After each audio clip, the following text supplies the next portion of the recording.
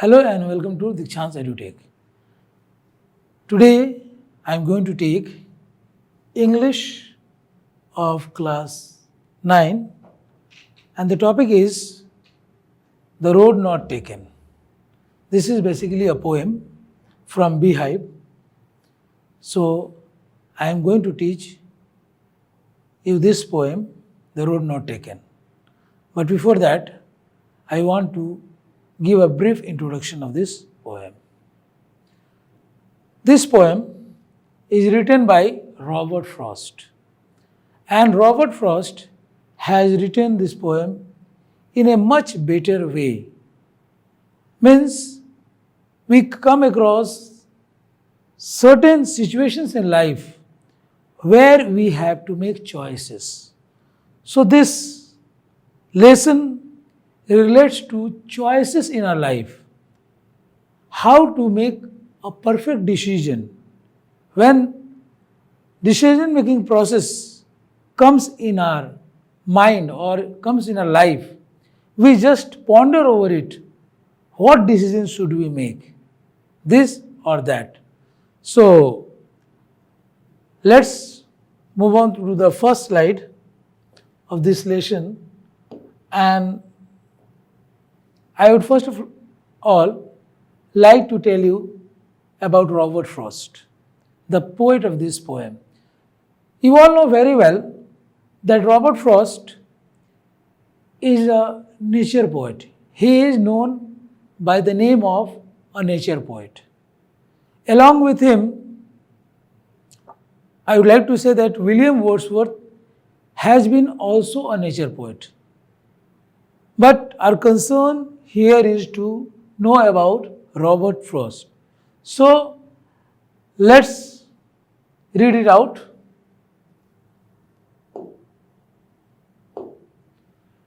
Robert Lee Frost, his full name.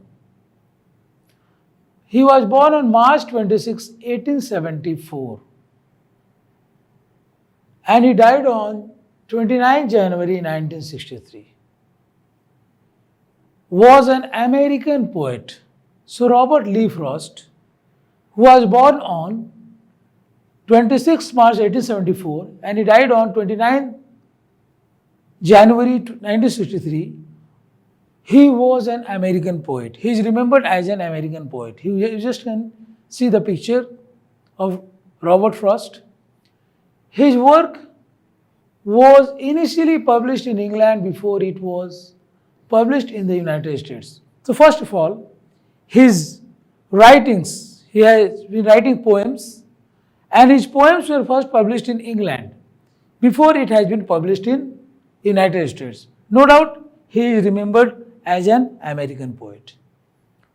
Known for his realistic depictions of rural life and his command of American colloquial speech, Frost frequently wrote about settings from rural life in New England in the early 20th century, using them to examine complex social and philosophical themes. So just say, Robert Frost is known for his realistic depictions of rural life. In his poem, he has tried to bring the real pictures of rural life of the people. And along with that, he has a good command over the local language of America. That's why that is called American colloquial speech. So he has good command over the local language of America. And he has written much about the rural life in England in the early 20th century.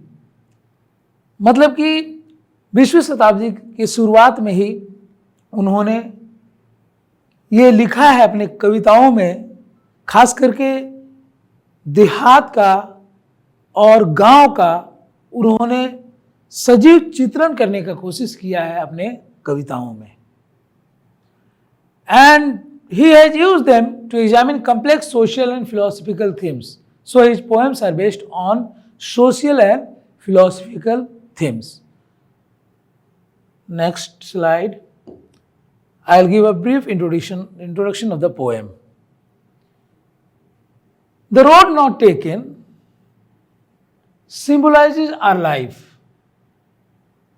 The road not taken and the road symbolizes our life. हमारे जिंदगी से जुड़ा हुआ है ये जो कविता है, ये मनुष्य की जिंदगी से, हमारे जिंदगी से बहुत नजदीकी से जुड़ा हुआ है. The poet says that the path that we don't choose in our life is the road not taken. और कवि का कहना है कि जो रास्ता हम लोग नहीं अपनाते हैं, मतलब डिसीजन मेकिंग प्रोसेस में लेट कर देते हैं, तो वो हमारा जिंदगी हो जाता है रोड नॉट टेकन के बराबर. मतलब मानो कोई रास्ते से गुजर रहे हैं हम और रास्ते में एक पॉइंट आता है जहाँ से दो और रास्ता निकल रहा हो और हमें अपने मंजिल तक पहुँचना है, अपने डेस्टिनेशन तक, किसी जगह पर पहुँचना है. तो हमें कंफ्यूज नहीं होना है कि कौन सा रास्ता पकड़ें, बायां वाला या दाहिना वाला. तो यही तात्पर्य है इनके इस पोएम से. He describes his feelings about that choice that he had left in the past. और रॉबर्ट फ्रॉस्ट उसी भावनाओं के बारे में बताते हैं, अपने मन की भावनाओं के बारे में, उस चॉइस के बारे में जो कि वो अतीत में छोड़ चुके हैं. अतीत में चॉइस करना था और एक डिसीजन पे जाना था. उन्होंने डिसीजन तो लिया, लेकिन एक आदमी, मनुष्य, अगर दो ऑप्शन हो, कोई एक ऑप्शन ही चुन सकता है और वही उन्होंने किया था. एक ऑप्शन वो छोड़ दिए थे. The path which we have chosen decides our future, our destination. जो रास्ता हम चुनते हैं, जो मंजिल हम चुनते हैं, वही हमारे फ्यूचर को डिसाइड करता है और हमारे भाग्य को भी डिसाइड करता है, हमारे डेस्टिनी को डिसाइड करता है. The important message that the poet wants to give is that the choice that we make has an impact on our future, and if we make a wrong choice we regret it but cannot go back on it. कहने का तात्पर्य यह है कि एक बहुत important message देते हैं कवि रॉबर्ट फ्रॉस्ट कि जो चॉइस हम करते हैं, जो डिसीजन हम लाइफ में लेते हैं, उसका हमारे भविष्य पर प्रभाव पड़ता है. इसीलिए मनुष्य को सही डिसीजन लेना चाहिए. And if we make a wrong choice, और अगर हम गलत डिसीजन ले लेते हैं तो हम जिंदगी भर हम पछताते रहते हैं उसको याद कर कर कि हमने गलत डिसीजन ले लिया. लेकिन बाद में उस डिसीजन के बारे में पछतावा कर क्या फायदा. So we must be wise while making choices. इसलिए रॉबर्ट फ्रॉस्ट का कथन है कि अगर डिसीजन वाली बात आता है, हमें कोई जिंदगी में कोई डिसीजन लेना पड़ता है, तो हमें सही डिसीजन लेना चाहिए. We should make the perfect choice, perfect decision. We must take perfect decision in life so that we don't have to suffer in our life. So always make a perfect decision. Right decision should be made by anyone, my dear students. Okay? Because if you make a wrong decision, you have to suffer till your whole life. And you have to regret for that. This well-known poem is about making choices. ये जो कविता है, ये जो poem है, The Road Not Taken, ये poem हमारे choices के ऊपर ही है, हमारे डिसीजन के ऊपर ही है. हम जिंदगी में जब डिसीजन लेते हैं तो हमें सही डिसीजन लेना चाहिए. And the choices that shape us, और जो चॉइस हमें जिंदगी को और निखार सकता है, वैसा डिसीजन लेना चाहिए. Robert Frost is an American poet who rights simply but insightfully about common ordinary experiences. Robert Frost एक अमेरिकन पोएट है, मैं पहले ही बता चुका हूँ, जो कि बहुत सिंपल वर्ड्स में अपने कविताओं को उन्होंने लिखा है, लेकिन उसका जो मीनिंग है बहुत डेप्थ में है, बहुत डीप मीनिंग होता है, बहुत गहरा प्रभाव पड़ता है उनके कविताओं का पाठकों पर, मनुष्यों पर, कॉमन मैन पर, और अपने ऑर्डिनरी एक्सपीरियंसेस के द्वारा उन्होंने इस कविता को लिखा है। Next slide. So that was the introduction of the poem that we should make proper choices in life. Now the poem. Two roads diverged in a yellow wood, and sorry I could not travel both. And be one traveler long I stood, and looked down one as far as I could. तो अब देख पा रहे हैं कविता इस प्रकार से है।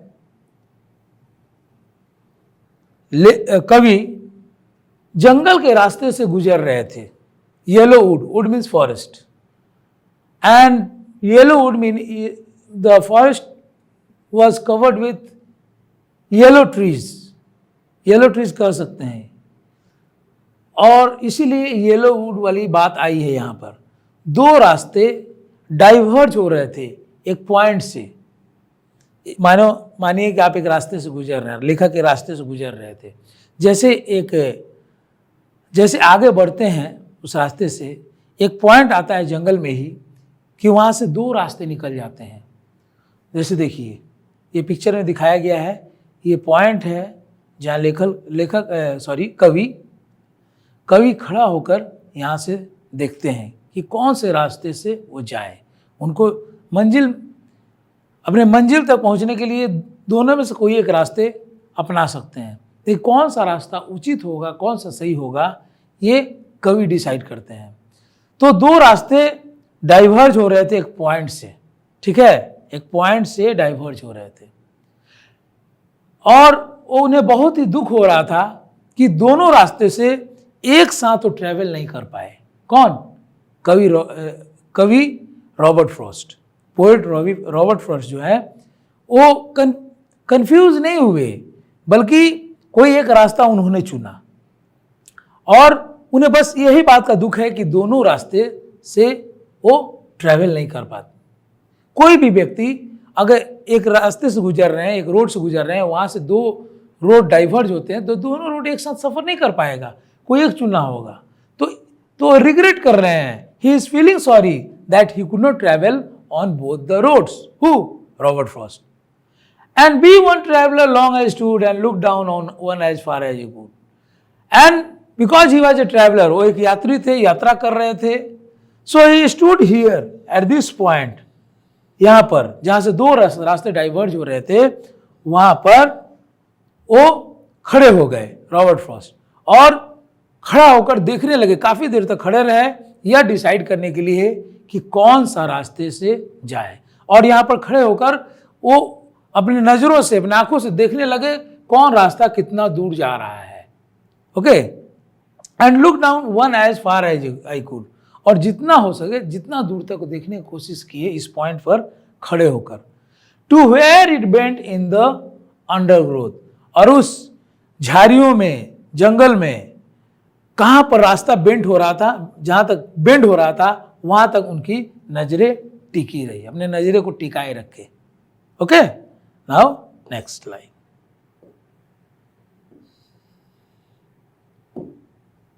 और वहां खड़ा होकर उस पॉइंट पर, यहां इस पॉइंट पर खड़ा होकर देखते रहे। देखते देखते उन्होंने then took the other just as fair, पहले बाएं वाले रास्ते को देखे होंगे, उसके बाद हो सकता दाहिने वाले को देखे होंगे, लेकिन पहले रास्ते को देखे तो उनको नहीं भाया, इसीलिए वो दूसरे रास्ते को अपनाए, दूसरे रास्ते से जाने को सोचा। And having perhaps the better claim because it was grassy and wanted wear, so he looked at both the roads, one was the first road which we looked upon, it was not grassy, it was untrodden by human beings or animals. But the second road which he decided to take, it was grassy and it wanted where, मतलब वो दबा कुचला नहीं था दूसरा वाला road. पहला रास्ता जो पहले देखे वो रास्ता दबा कुचला हुआ था, लग रहा था जैसे वहां से काफी यात्री लोग गुजरे हैं पहले, लेकिन दूसरा रास्ता जो उन्होंने देखा वो दबा कुचला नहीं था और घास दोनों तरफ, घास दबे कुचले नहीं थे सड़क के दोनों तरफ, और पत्ते जो पड़े गिरे थे पेड़ के वो भी दबे कुचले नहीं थे। जो सेकंड रोड से जाने का डिसाइड किया।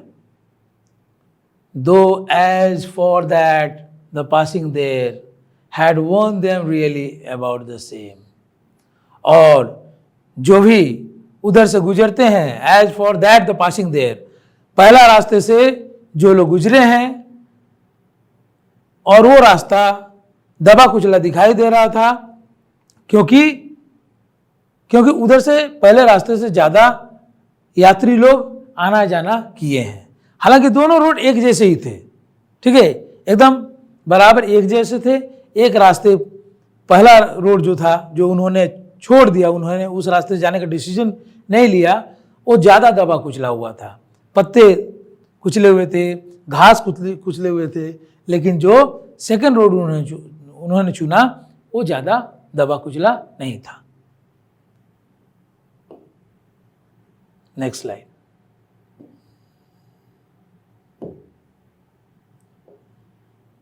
And he was traveling in the morning, and both that morning equally lay, और सुबह के समय दोनों रास्ते कैसे दिखाई दे रहे थे, बिल्कुल एक जैसे दिखाई दे रहे थे, इक्वल पूरा दिखाई दे रहे थे। In leaves no step had trodden black, और जो दूसरा रास्ता उन्होंने अपनाया सेकंड रोड, उसमें जो मैं पहले ही बता चुका हूं, लीव्स जो थे पत्ते ज्यादा दबे कुचले नहीं थे।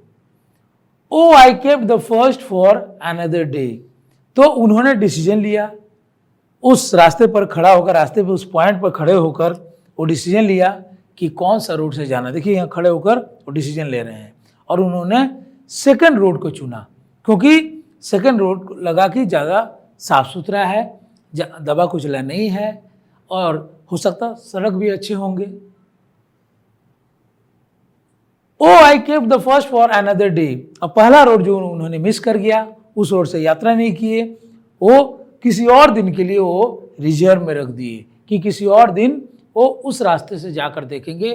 पहला रोड जो उन्होंने छोड़ दिया, जिस रोड से वो जाने का डिसीजन नहीं लिया।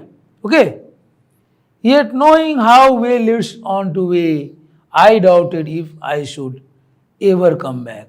So he took the second road, and he wanted to travel through the second road because the leaves and grasses had not been trodden black, and he left the first road for another day, that in near future, if any day he will get a chance to pass through this road in the jungle, he would take the first road in near future, or in the future any day if he get a chance to travel through that road. Okay, so he knew how way leads on to way, रास्ते से ही आगे रास्ते फिर निकलते हैं। I doubted if I should ever come back, लेकिन उनके मन में यह भी डाउट हुआ कि पहला रास्ता तो फर्स्ट रोड छोड़ दिए हैं, तो वो ये डिसीजन लिए कि पहला रोड पर किसी और दिन कभी भविष्य में आकर उस रोड से ट्रैवल करेंगे।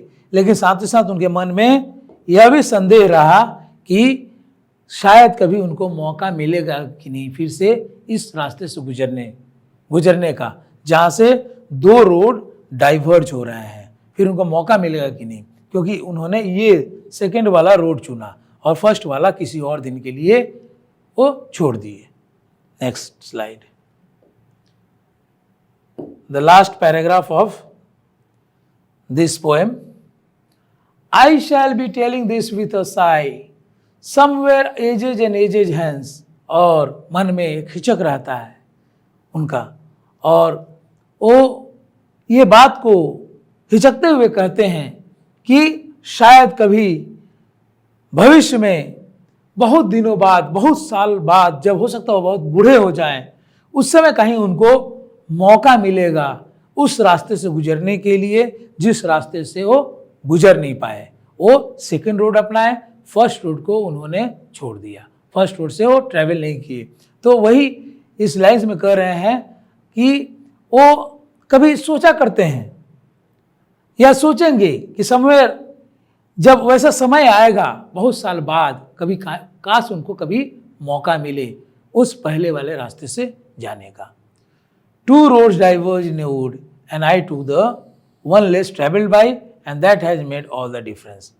तो कह रहे हैं कि दो रोड्स डाइवर्ज हो रहे थे, एक जंगल से गुजर रहे थे और जंगल से ही दो रास्ते डाइवर्ज हो रहे थे, सेपरेट हो रहे थे, और इन्होंने लेस ट्रैवल वाला रोड चुना, जिस रोड से यात्री लोग कम आना जाना करते हैं।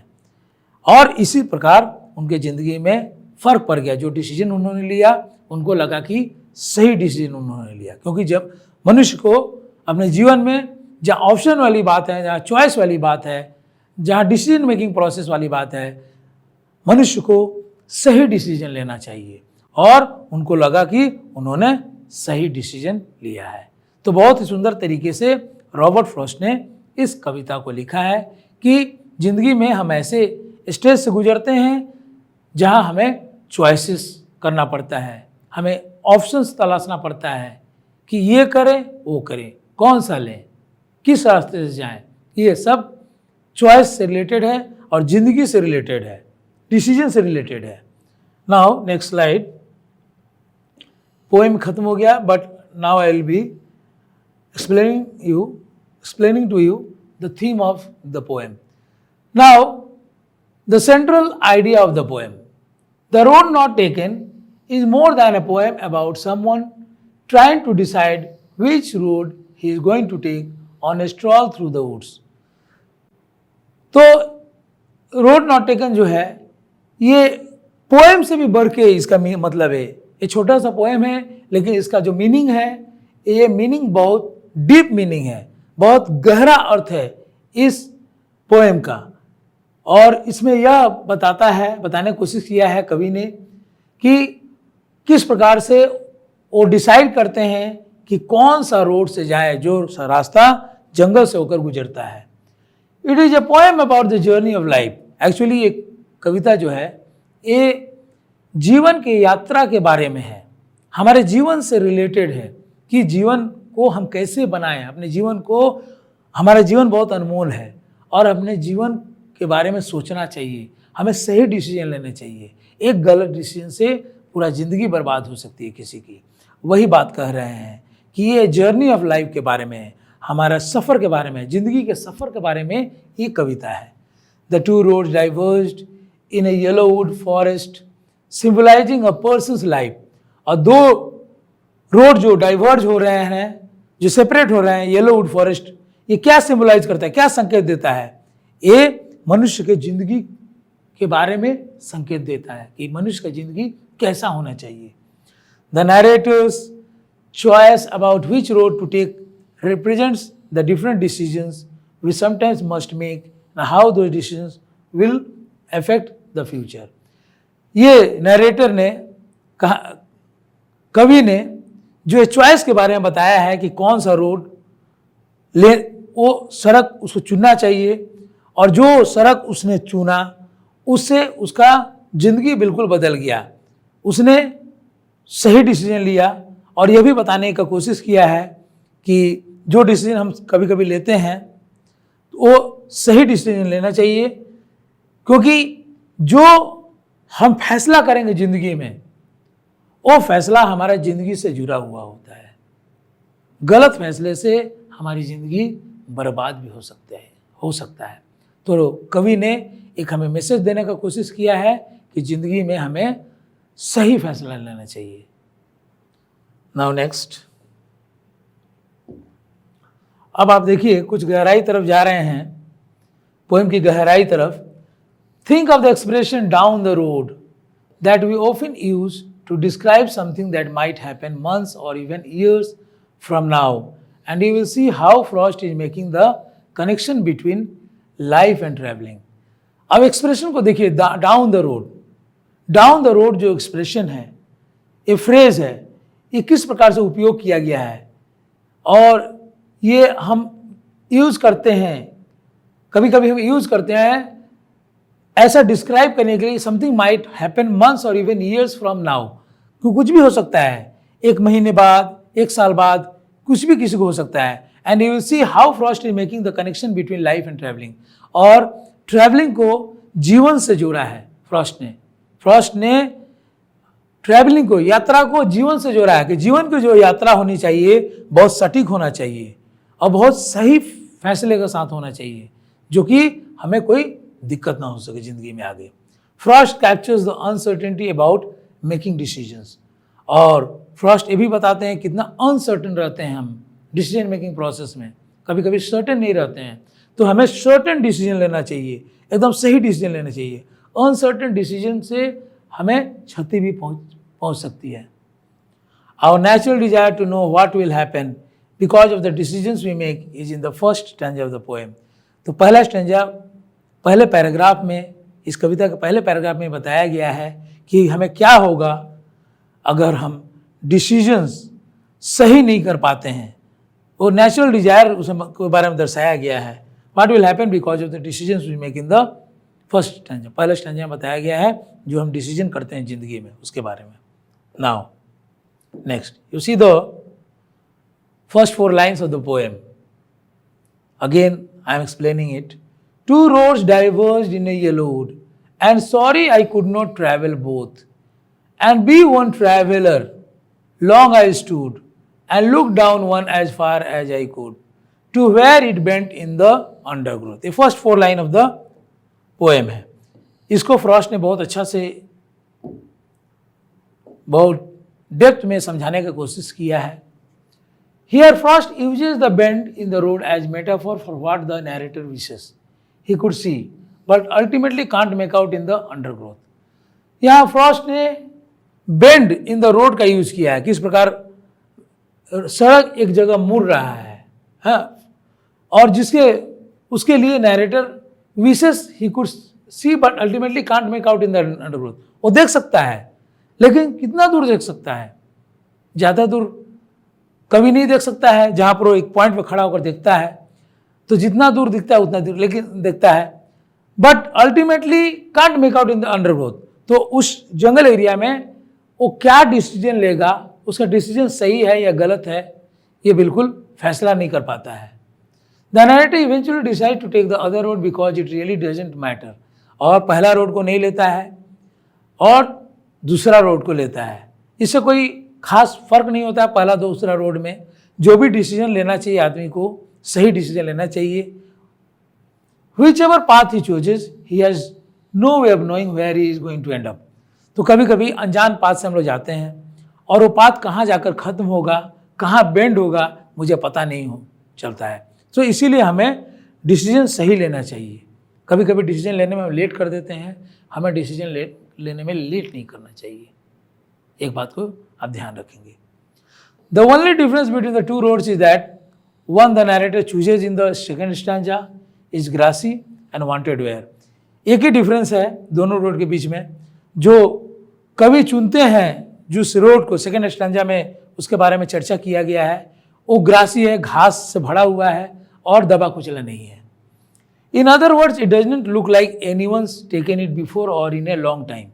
और एक तरह से यह भी लगता है कि उधर से ज़्यादा कोई यात्री है वहाँ उस रास्ते से यात्रा नहीं किए हैं जिस रास्ते को ये अपनाते हैं रॉबर्ट फ्रॉस्ट कवि. At this point in the poem Frost tries to encourage readers to overcome the fear of the unknown.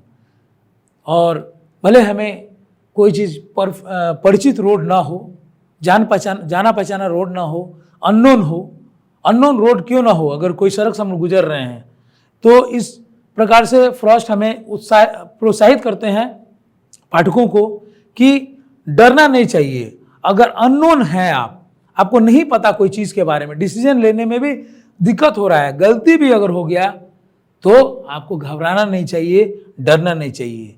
आप स्पॉट पर डिसीजन लें, डिसीजन लेने में ज़्यादा विलंब ना करें। Someone must be the first person to try a new thing. कोई भी व्यक्ति हो सकता है, जो पहला व्यक्ति हो सकता है जो ट्राई कर सकता है कोई नया चीज़ को, कोई नया चीज़ के बारे में वो डिसीजन ले सकता है। तो ऐसा हो सकता है किसी के लाइफ में। So my dear students, we have come to the end of the poem, and this poem gives a very good message to the readers, to the students, to everyone, that we must take good decision in life, perfect decision in life, right decision in life, so that we don't have to suffer in our future life. So thank you so much. I will come with a new topic in the next class. Till then, goodbye.